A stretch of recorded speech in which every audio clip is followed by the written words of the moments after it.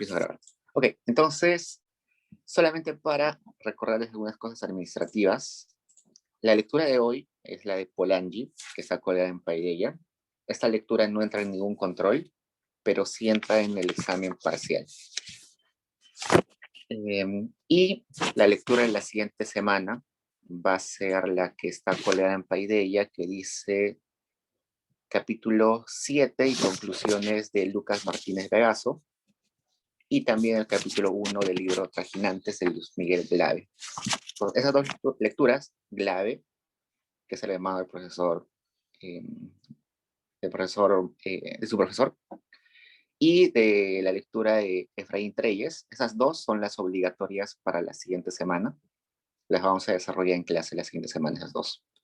Y además ahí tienen el anexo del capítulo 1 de Trajinantes, que es 2 mapas, pero que les va a ayudar un montón para entender el texto. El texto de Glave es un texto un poco bastante descriptivo y menciona un montón de lugares.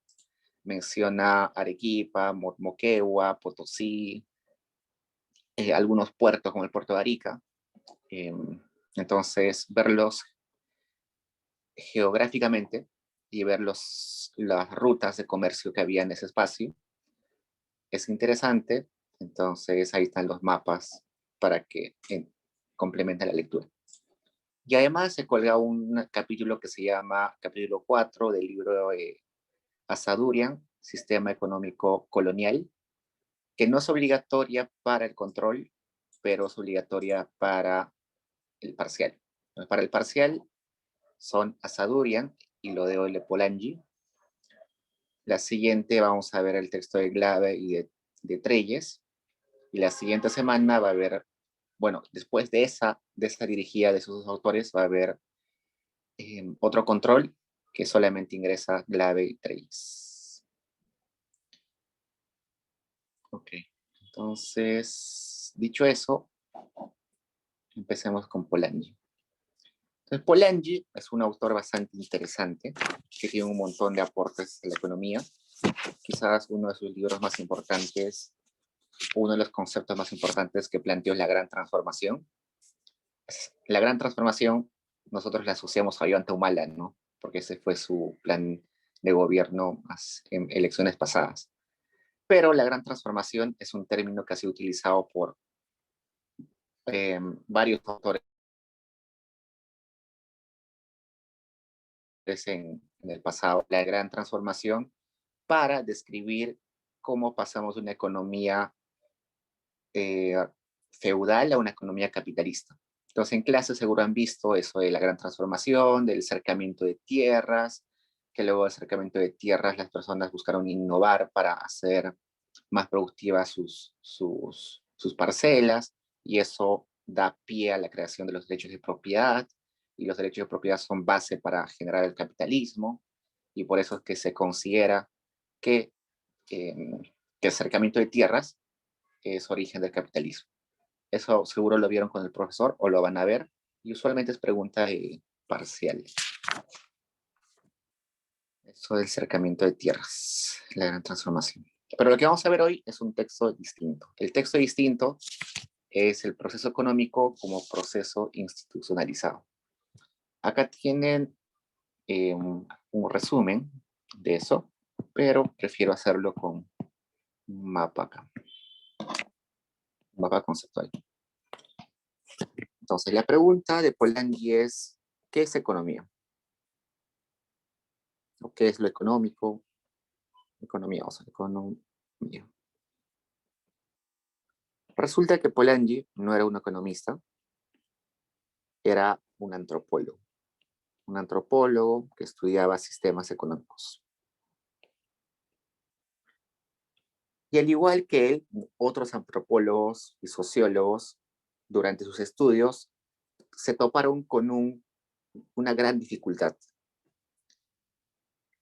Esa dificultad era que con las herramientas de la economía moderna no podían explicar el comportamiento económico de culturas del pasado. Entonces, nosotros cuando estudiamos en la facultad o en los cursos de economía, hablamos de la economía formal, que es, vamos a poner acá. Todo lo que aprendemos en nuestros cursos de la facultad se llama economía formal, que también se le puede llamar economía adscrita.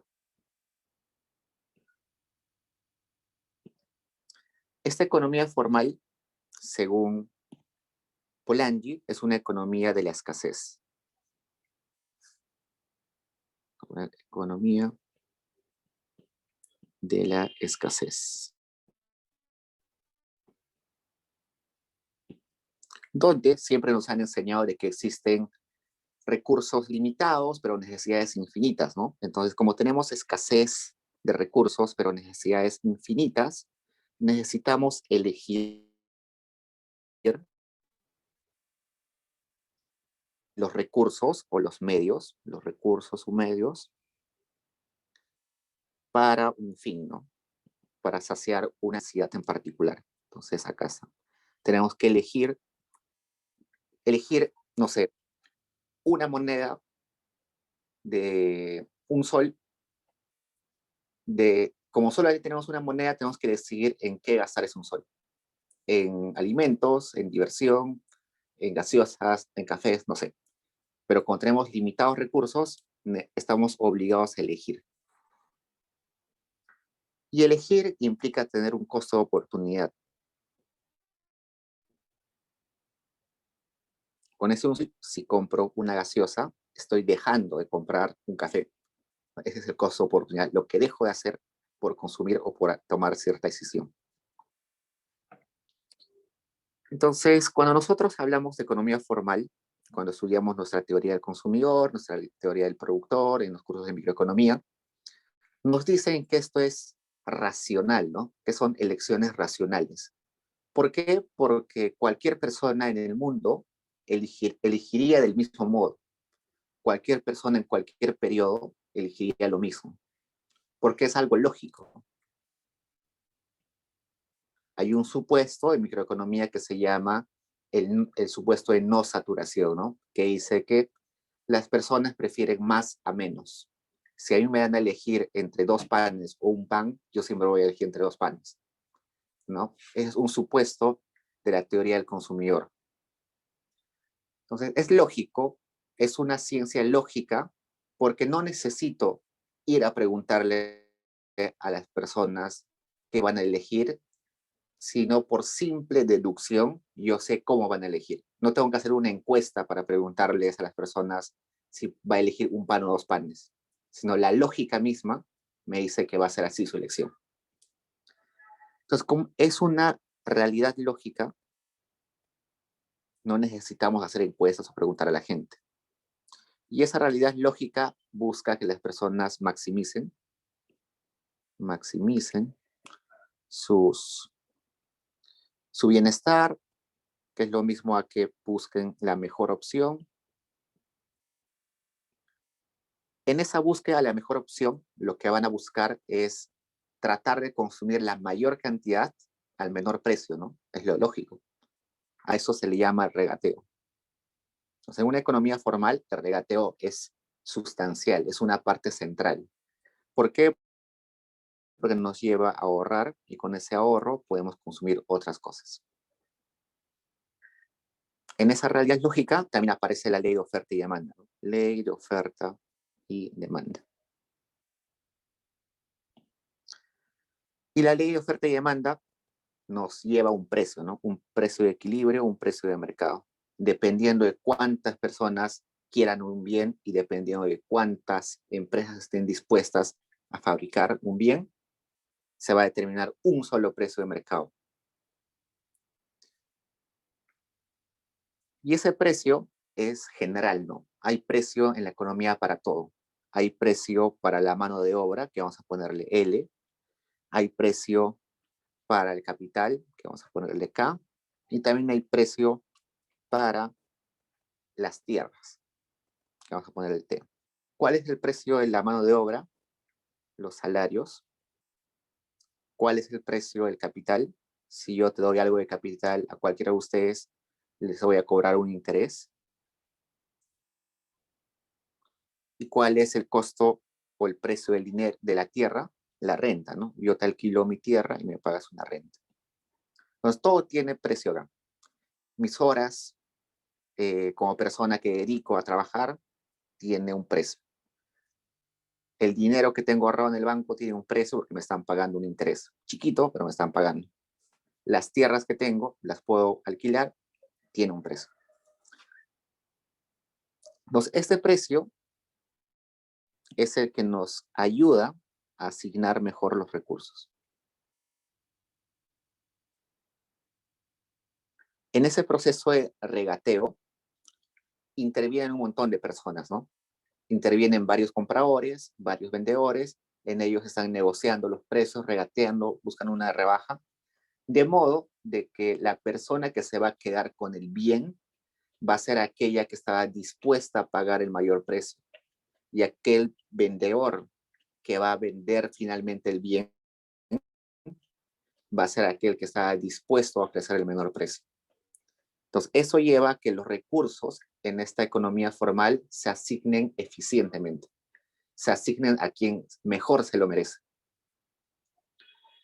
Entonces, todo esto que he explicado ahorita es lo que conocemos hoy en día como análisis económico. Todos los libros de micro, todos los libros de macro, es análisis económico, que nos llevan a leyes universales, ¿no? Hay una universabilidad, universal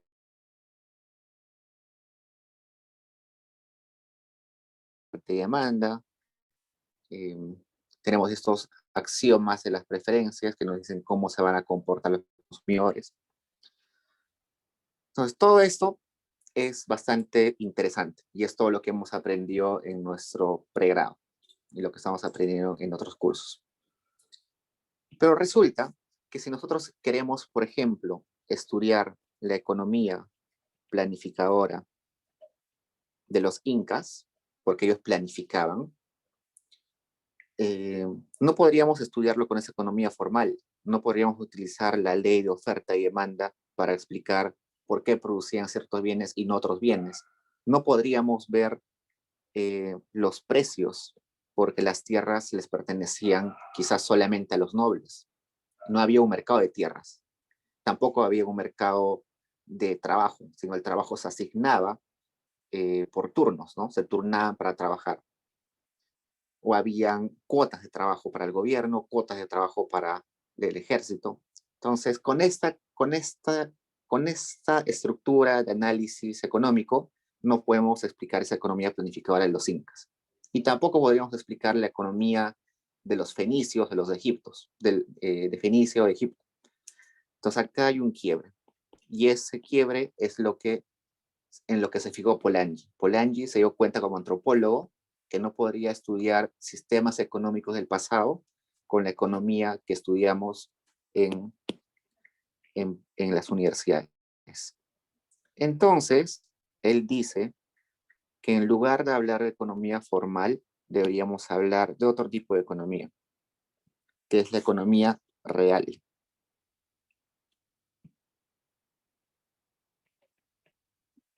Que, según la traducción del libro, a veces aparece como economía sustantiva o sustancial.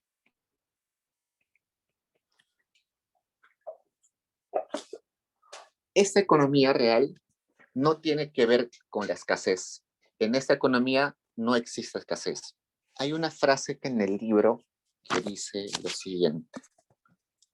A ver, voy a tenerla por acá. Existen elecciones sin escasez y escasez sin elección. Entonces, es una gran frase por Polanyi, porque nos está diciendo que la escasez no necesariamente es intrínseca a la economía. Entonces, considerando eso, vamos a decir que la economía real no necesita de escasez. Por el contrario, no es una relación de recursos con fines, sino es una relación entre los seres humanos con su naturaleza. Y en esa relación, lo único que importa es la supervivencia o la subsistencia, como quieran decirlo.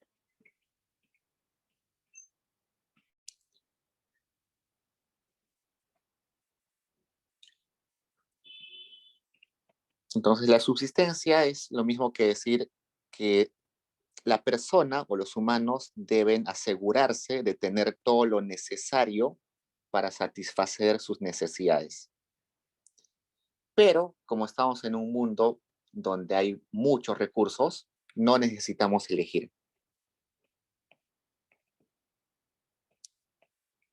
Lo básico para subsistir es agua, aire, algunos alimentos.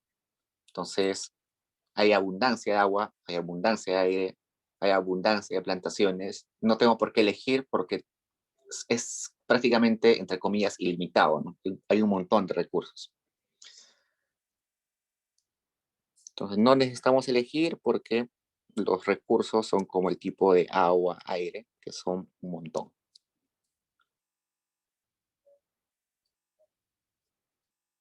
Esto va a llevar a que como tenemos en abundancia los recursos, no necesitamos producir. Por tanto, vamos a subproducir. En la economía formal, lo que pasa es que vamos a sobreproducir. Y eso sucede usualmente en la vida real, ¿no? Si nosotros imaginamos hace un año, hubo una huelga de productores de papa. ¿Por qué? Porque tenían producción sobrante de papa que no se podía vender. En muchas temporadas del año, en Arequipa, se echan miles de litros de leche eh, a las pistas o al río, porque no se pueden vender. Hay una sobreproducción. Como hay esta mentalidad de las personas que es lógica de que puede haber escasez, estamos tan asustados de que producimos más de lo necesario. Entonces, al producir más de lo necesario, eso es sobreproducir, ¿no? Pero como en la economía real tenemos lo suficiente para subsistir, subproducimos. Hacemos el menor esfuerzo posible. María, ¿tienes alguna pregunta? Sí, en la economía real o sustancial, entonces, mientras que en la economía formal tenemos esta, por ejemplo, la ley de oferta y demanda de que es un intercambio, eso también se da en la economía real, ya que si es con los recursos naturales, no me queda claro cómo nosotros le podríamos dar algo a el Ujú. medio ambiente con el que nos relacionamos. Ajá, muy bien, muy buena pregunta. Entonces, por ejemplo, yo necesito frutas. Yo no necesito producir frutas. Lo que necesito solamente es recoger las frutas, ¿no? Yo necesito pescados, no necesito tener una gran estructura productiva para producir pescados. Solamente tomo los pescados que están en el mar. Entonces, sí, hay un cierto grado de especialización, porque seguro algunos son más hábiles pescando y otros son más hábiles subiéndose a los árboles. Entonces, ahí puede haber un intercambio. Pero ese intercambio no es un intercambio donde estamos aplicando esta ley de oferta y demanda porque no hay un montón de productores y un montón de consumidores. Es como si en una familia se dividieran el trabajo. Entonces, yo soy bueno atrapando árboles, yo me ocupo de sacar los frutos. Yo soy bueno en el mar, cenar, entonces yo me ocupo de sacar los peces. Eh, yo soy bueno caminando, entonces puedo ir a traer agua del río. Es como una división del trabajo que no necesariamente vendes eso. En la economía formal, yo produzco solamente panes y llevo al mercado para que cualquier persona venga y los compre. En la economía real, en una sociedad se divide en el trabajo cada uno, y no para venderlo, sino para intercambiar, eh, para compartir el trabajo, ¿no? Para dividirse el trabajo. En realidad no es intercambiar. A ver, entonces, en este caso, como no hay leyes generales o leyes lógicas en esta economía real, no se puede estudiar de una sola forma porque hay miles y miles de sistemas económicos. En la economía formal nos decían que había solamente una estructura, que era universal. En la economía real no hay solamente una estructura, hay miles de estructuras. Cada sociedad tiene una estructura económica particular. Entonces, la estructura económica de los incas era muy distinta a la economía de los fenicios. Por tanto, en lugar de aplicar la lógica, vamos a aplicar el empirismo. El empirismo se refiere a ver caso por caso la evidencia de cada situación. Entonces, esto va a ser cada realidad. Pues acá sí tendría sentido, por ejemplo, hacer una encuesta de cómo, en cada sociedad las personas deciden ciertas cosas. Hace poco llené una encuesta que nos preguntaba eh, si yo prefería comer, perdón, eh,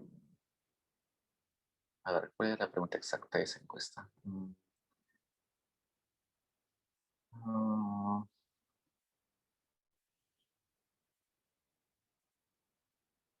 a ver, déjenme pensar, déjenme recordar la pregunta. Esta encuesta que me hicieron es una encuesta que hizo la Universidad de Princeton, que levantaba información en diferentes países del mundo, porque ellos tenían la hipótesis de que los comportamientos económicos son distintos en diferentes sociedades, porque las sociedades tienen estándares éticos distintos. Entonces, por ejemplo, ¿cuánto valoro el consumo de carne? ¿No? Estaría dispuesto a consumir 100, a consumir 1 kilo de carne al año menos, y me ponían una escala, ¿no? Lo mismo hicieron con gente en Pakistán, en la India, en España, en diferentes países. Y seguro, según la cultura, hay países donde está prohibido comer carne, van a tener como mayor, mayor flexibilidad, ¿no? Y pueden renunciar a comer carne normalmente. Entonces, en ese sentido, para estudiar la economía real necesito levantar información o tener información del pasado. No, acá no es que yo solamente me guío por la lógica, sino me tengo que guiar por evidencia tangible. Entonces, esto hace que esta economía real sí pueda estudiar el pasado.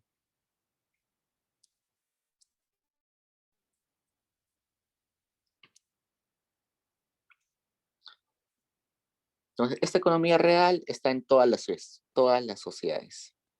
Yo puedo estudiar la economía real en toda sociedad y en todo tiempo.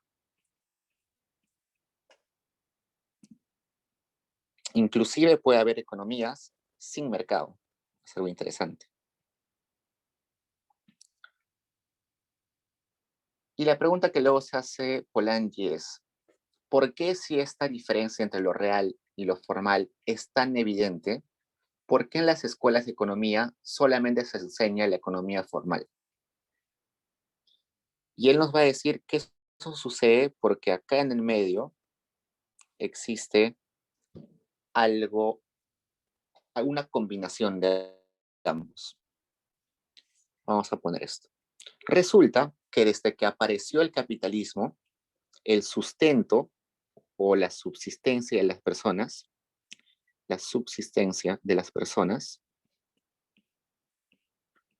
necesariamente, o prácticamente, no necesariamente, sino en las personas casi necesariamente, casi totalmente,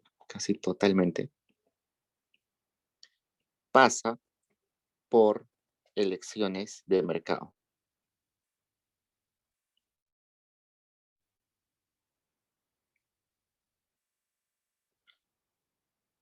Desde que surgió el capitalismo, yo no puedo acceder a panes sin ir al mercado.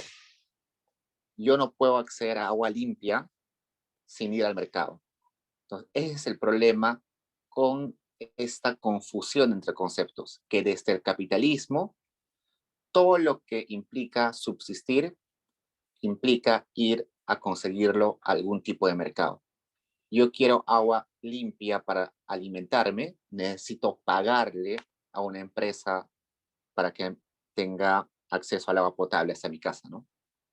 Yo necesito yo necesito alimentarme con un pan, no puedo decirle, es muy poco probable que yo mismo lo haga en mi casa, sino que es más barato comprarlo en el mercado, porque hay un grado de especialización, ¿no? Como ya los panaderos se especializaron en eso, pueden hacerlo a un costo tan bajo eh, que hacerlo yo mismo sería un despropósito, ¿no? Me saldría muy caro hacer un pan. Entonces, por eso es que hoy en día, tanto economía real como economía formal es prácticamente lo mismo. Pero para los sistemas económicos de la antigüedad, no. Acá José Miguel le pregunta si Bután sería una economía real. Bután, ¿dónde está Bután? Vamos a ver. Es un país de Asia del Pacífico.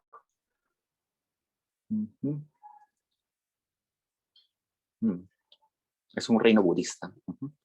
Muy buen aporte, José. Sí, como es una economía un poco aislada, sí se puede considerar básicamente una economía real, ¿no? No podríamos estudiar la economía de Bután, que según lo que veo acá es una economía aislada, monástica, con las leyes de oferta y demanda, ¿no? No saldría cosas, no saldría una explicación, saldría totalmente contradicciones, no sirve nuestra teoría económica en ese entorno.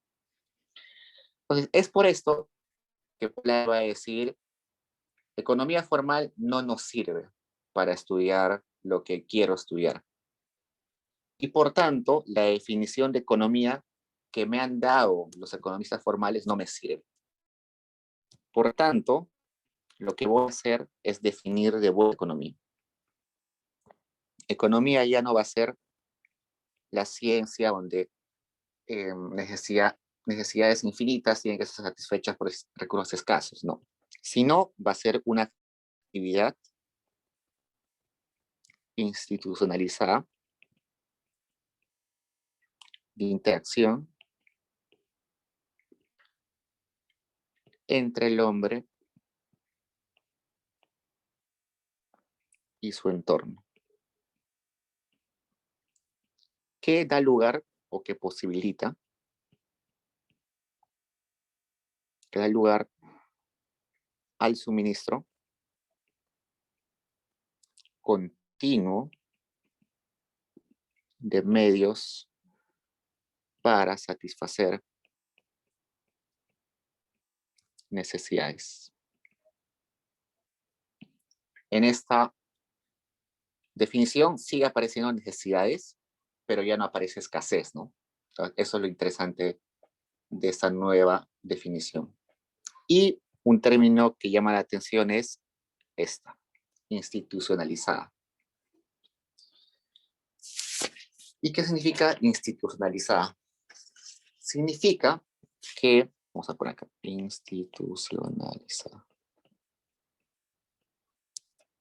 Significa que esta actividad no es una actividad que aparece una sola vez y luego desaparece, sino que tiene reglas, como dice su amigo José, y que que tiene una estructura, ¿no? Una estructura, tiene reglas y es estable en el tiempo además. Se repite una y otra vez.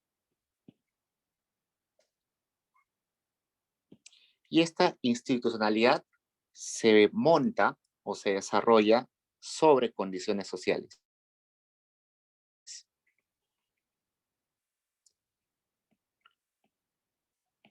Entonces, un ejemplo clarísimo es que no habría mercado de carne en una sociedad que considera a los animales dioses, ¿no?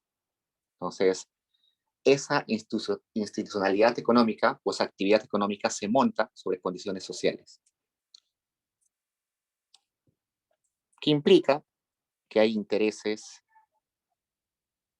morales y éticos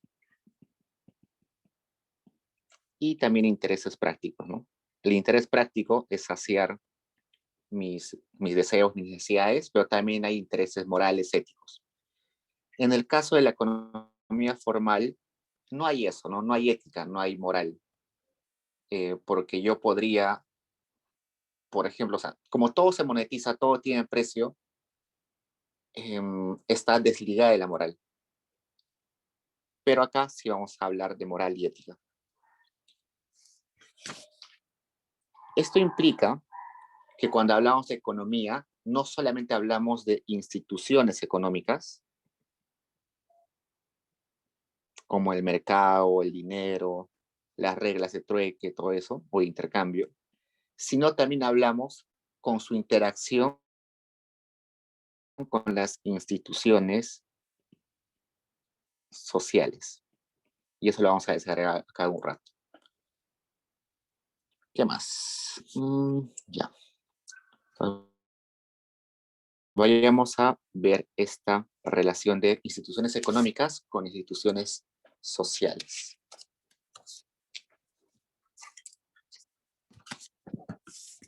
Déjenme poner acá instituciones económicas e instituciones no económicas,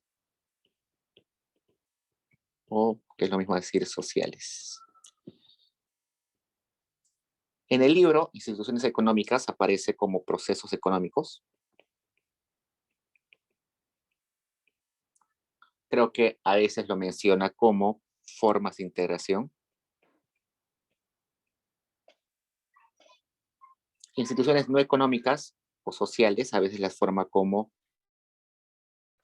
instituciones organizacionales o la organización social también. Organización.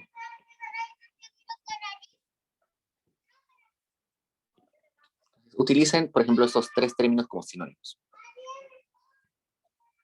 Resulta, por ejemplo, que una institución económica es toda aquella forma en la cual yo puedo acceder a bienes. Una forma de acceder a bienes es por la reciprocidad. ¿Qué es la reciprocidad? Es el movimiento de puntos. Bueno, a ver, un ejemplo. Empezamos con un ejemplo para que no esté muy disperso.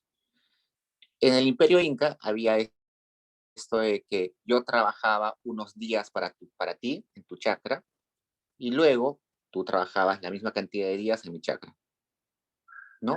Y es una forma de acceder a bienes y a servicios.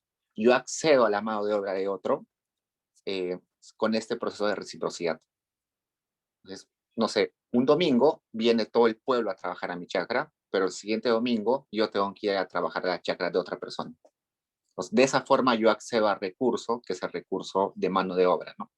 Es una forma. La definición de esto sería que es el movimiento entre puntos correlativos de agrupaciones simétricas. Suena muy técnico, pero vamos a ver que es más sencillo de lo que parece. Un ejemplo, como dijimos, es la división del trabajo por turnos. Trabajo por turnos.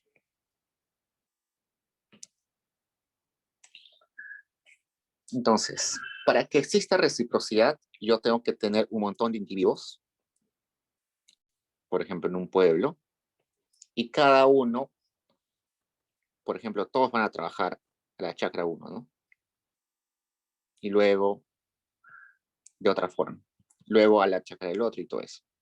Pero resulta que hay una condición social que hace que esto funcione. Y esa condición es que todos esos individuos sean parecidos o muy iguales. Si uno de esos individuos es muy distinto, por ejemplo, es más rico que los otros, la reciprocidad no va a funcionar. Entonces, para que la reciprocidad se instale en un sistema económico, tenemos que procurar de que los individuos sean muy iguales, muy simétricos. Y eso sucede usualmente en sociedades donde hay mucha relación de parentesco. Entonces, en los incas, los ayllus eran familias, ¿no? Y las familias eran muy parecidas entre sí, no había muchas diferencias y por eso funcionaba la reciprocidad. Entonces, detrás de la reciprocidad existe una institución económica que es el parentesco, por ejemplo. Es un ejemplo. Que vamos a llamarle que es un trasfondo social de agrupación. Como el parentesco. Para que yo trabaje por otra persona y luego esa persona trabaje para mí, yo tengo que sentirme próximo a la otra persona.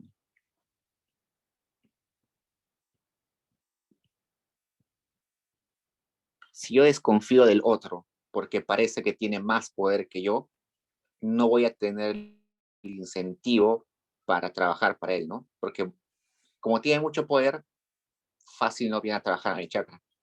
Entonces, detrás de esta institución económica que es la reciprocidad, está una sociedad muy igualitaria, muy simétrica, donde todos son muy parecidos entre sí. Otra forma de acceder a bienes y servicios es la redistribución. En el texto van a hablar de redistribución física, jurídica, eso ya lo pueden leer porque es solamente definiciones. La redistribución es que, por ejemplo, todos nosotros trabajamos, damos una parte al Estado y el Estado junta todo eso en una canasta común y lo reparte a los más necesitados o a aquellos que necesitan más, o lo puede repartir en partes iguales, ¿no? En los incas pasaba algo parecido, ¿no? Parte de la producción de todas las familias, de todos los ayllus, se iba al Cusco, que era la central o el centro del imperio del Tahuantinsuyo, y ahí se repartía parte de eso a los nobles, parte de eso a los sacerdotes, parte al inca que gobernaba, otra parte se iba para mantener a los huérfanos y las viudas. Entonces, esa es una forma de redistribución. En ese caso, los huérfanos, las viudas, solamente pueden acceder a bienes si existe esa redistribución. Vamos a ponerle su definición, que es un movimiento de apropiación de bienes a cambio, perdón, de apropiación que va del centro, de un centro,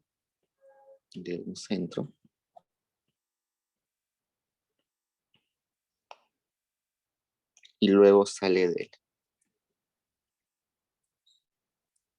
Entonces sería así, ¿no? Hay un centro poderoso y hay un montón de individuos o familias alrededor.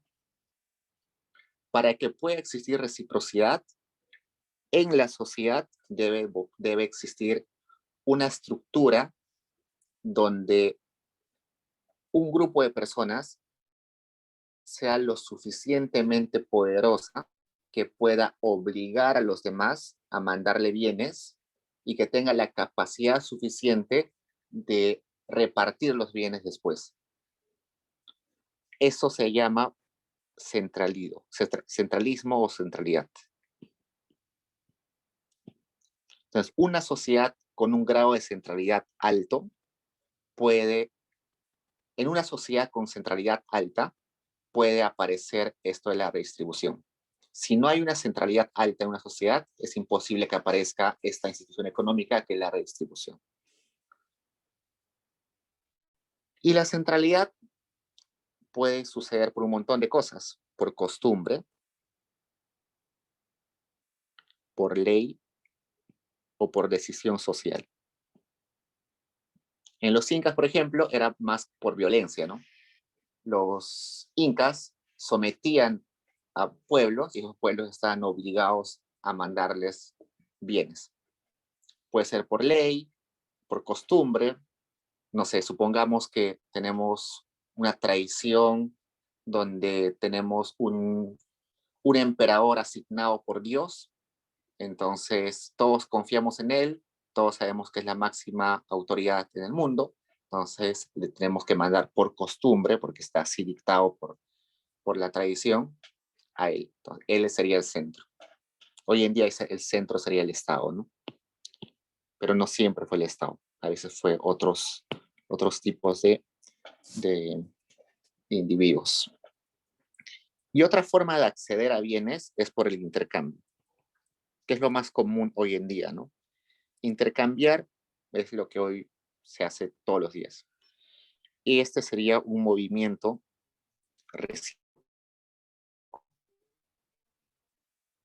donde ambas partes que intercambian se benefician de esa transacción. Hay tres tipos de intercambio, uno que es de movimiento físico, puramente físico, otro que es de movimiento de apropiación a, a escala fija o a equivalente fijo, y otro movimiento de apropiación de bienes a equivalencia o a negociación, perdón, a negociación. Que se le dice también el movimiento de apropiación integradora. Este último, la integradora, es la que vemos todos los días en nuestra sociedad. ¿Por qué? Porque negociamos, ¿no? Inconscientemente estamos negociando, siempre. Quizás vamos al supermercado y solamente levantamos la mayonesa y aceptamos el precio que está ahí, pero como sociedad en conjunto ya hemos negociado con esto de la oferta y demanda, ¿no? Si hay un montón de gente que demanda, los precios van a bajar evidentemente. Entonces, es una forma de negociación colectiva en realidad. Entonces, eso es lo que vemos todos los días. Entonces, está claro, no necesito ejemplos porque vemos todos los días, pero movimiento de apropiación a equivalencia fija, por ejemplo, es lo que sucedía en Babilonia, o lo que sucedía en el trueque en Egipto, en los primeros años de Egipto, en los primeros siglos de Egipto, que era que ellos tenían como un patrón, ¿no? Una equivalencia ya establecida con anterioridad. Decían que, por ejemplo, 2 sacos de trigo equivalían a un carnero, y así estaba establecido por años. Ya estaba fijado y nadie lo podía cambiar, no podía negociar, porque así ya lo decía. Inclusive en el código de Hammurabi, que es uno de los escritos más antiguos encontrados, eh, también hay esto de equivalencias. Hay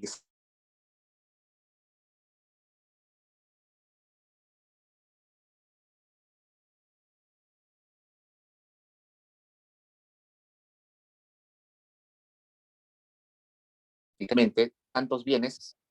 Por ejemplo, ustedes imaginen que mmm, yo tengo una abuela enferma, entonces le estoy dando bienes para que consuma. No me está dando nada a cambio. No me da nada a cambio, simplemente yo le estoy dando porque lo necesita, ¿no? Es un movimiento puramente fijo. No hay algo que me está retribuyendo. Otro ejemplo que creo que pone en el texto es esto de los... me olvidé el nombre. Cuando en la antigüedad, cuando se casaba una mujer, le daban una dote al marido. La dote. La dote es cuando alguien se casaba, la familia de la mujer le daba cierta cantidad de dinero o de bienes al hombre, entre comillas, para que puedan empezar una familia, ¿no? Esa dote es un movimiento puramente físico que no tiene nada que ver con intercambio. Solamente estoy dándole bienes para que empiece una familia. No estoy pidiendo nada a cambio.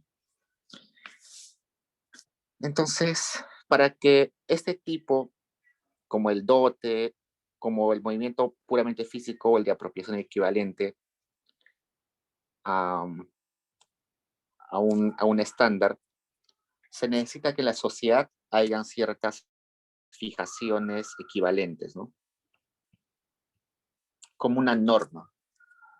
Y tiene que haber alguien que haga cumplir la norma, como un Estado. Entonces, la estructura detrás de estos movimientos de apropiación de bienes tiene un trasfondo social, que es que debe haber una regla bien establecida. Y en el caso de la integradora, tiene que existir un mercado.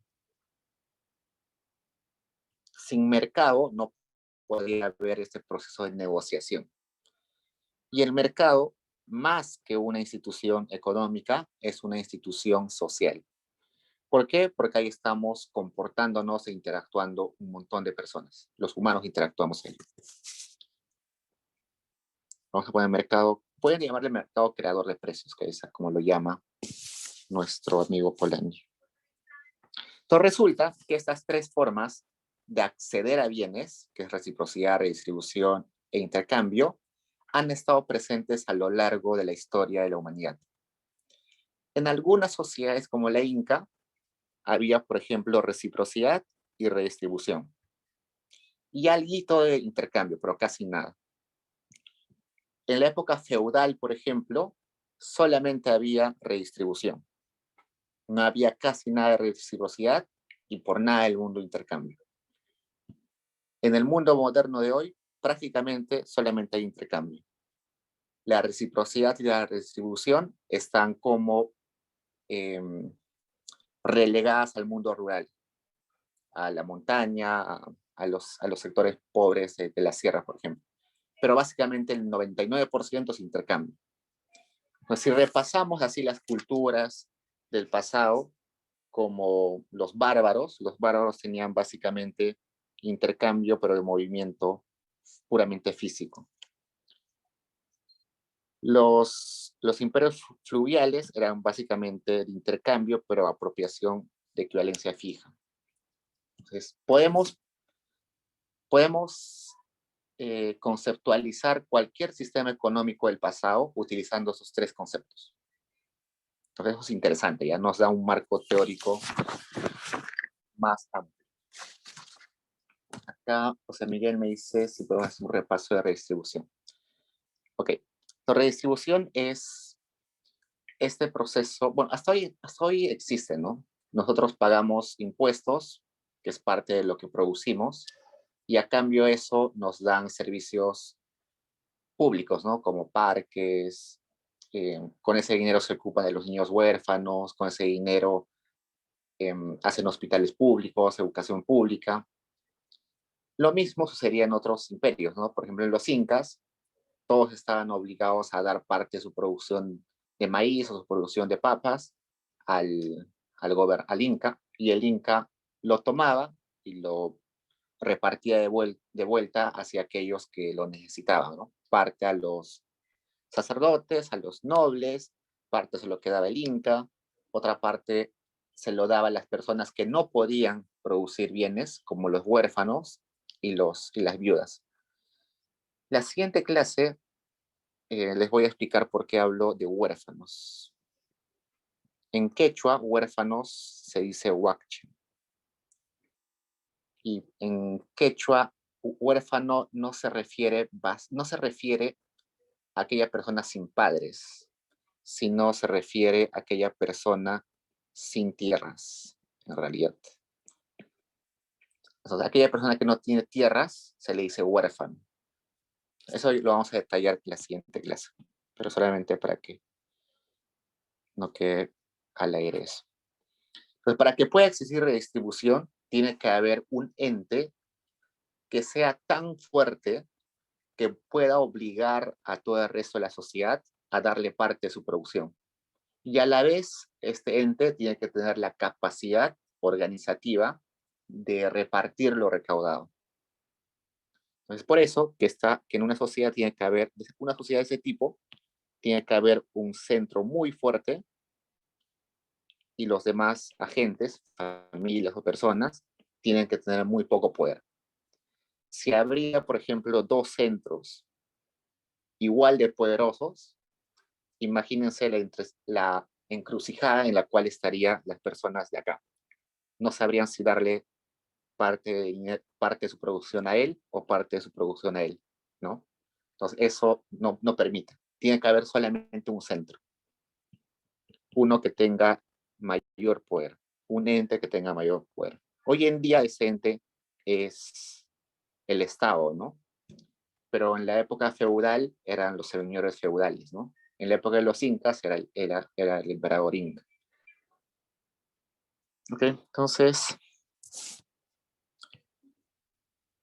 como Polanyi ya nos ha dicho que la economía formal no sirve para explicar el pasado, entonces los conceptos que utilizamos en la economía formal tampoco sirven para describir lo que pasaba en épocas antiguas. Tres conceptos importantes, por ejemplo, es mercado, comercio y dinero. Son tres conceptos que aprendemos en la economía básica, en la economía formal. Y nos han enseñado que estos tres conceptos o estas tres cosas viven siempre juntas. En la economía formal, vamos a poner formal, estos tres conceptos viven juntos. Lo primero definamos qué es mercado. Un mercado es un lugar de intercambio, ¿no? El lugar donde la gente va a intercambiar. El comercio es una forma de intercambio. Comercio es llevar un bien de un lugar a otro o ser el intermediario en en una transacción. Y el dinero es el medio de cambio, ¿no? Sin dinero no podría acceder a ciertos bienes. En la economía formal, estas tres cosas son inseparables. Todo el dinero, bueno, el dinero solamente sirve en el mercado. Y en el mercado se desarrolla el comercio, ¿no? No puede existir dinero si no existe mercado. Y no puede existir mercado si no existe dinero, sino como intercambiaríamos. Y el comercio solamente se hace a través de mercados, ¿no? Entonces los tres están juntos. No puede haber una, una separación de ellos. Y eso sí funciona, pero funciona en la economía moderna, ¿no? Si yo voy al mercado y no tengo dinero, no puedo decirle, yo no, o sea, por ejemplo, yo voy a Won hoy día, quiero comprar una lata de café. Si no tengo dinero, no puedo sacar la lata de café. No puedo decirle a la cajera, te cambio mi polo por esa lata de café. No, no. Entonces, es necesario dinero para acceder al mercado. Y todo el comercio que se hace a través del mercado. Yo no puedo hacer comercio, no, o sea, no hay forma, no hay otro lugar donde pueda hacer comercio, ¿no? No. Todas las formas de intercambiar es mediante el comercio. Yo no puedo intercambiar por el trueque, ¿no? La misma forma que les dije hace un rato. No puedo acceder a bienes intercambiando, haciendo trueque, perdón. Necesito el dinero que está ligado al comercio y ligado al mercado. Sin embargo, en la economía real, estas tres cosas sí tienen vida propia. Cada una de ellas es totalmente separada de la otra. Por ejemplo, el comercio no solamente sirve como forma de intercambio, sino es la definición que pone Polanyi es la forma pacífica y regular de conseguir productos. Entonces, toda aquella forma pacífica y regular de conseguir productos es comercio. Por ejemplo, ponemos acá. ¿Qué podemos poner?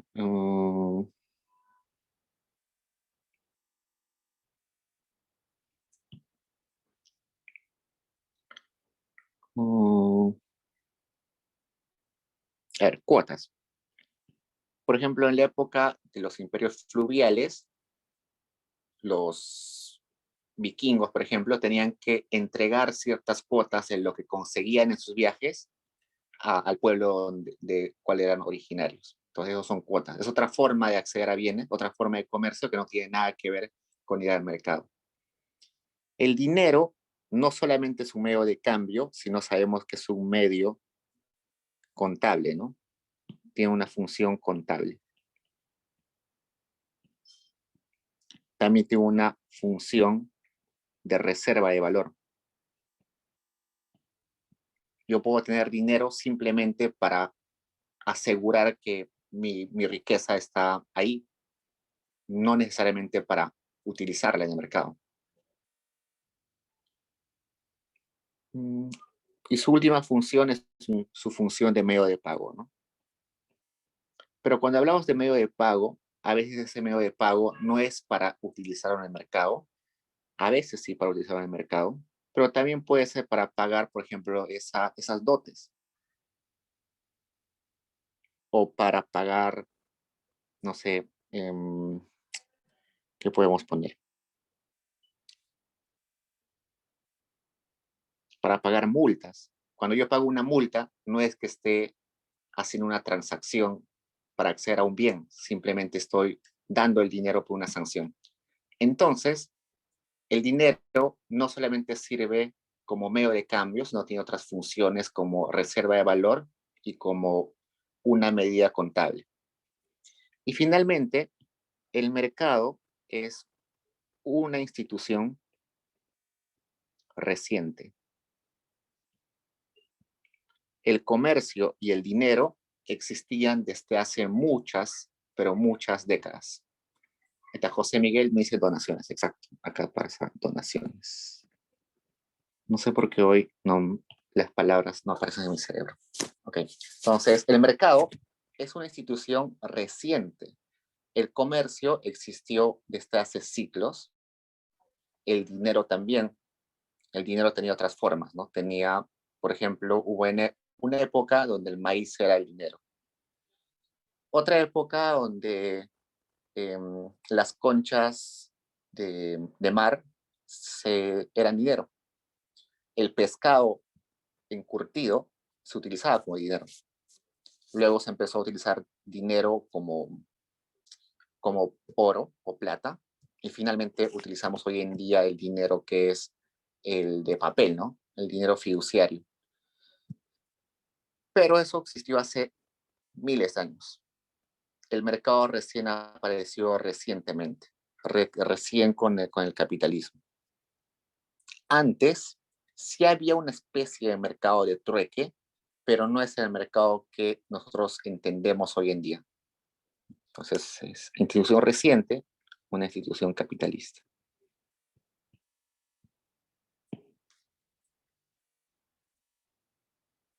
Uh-huh.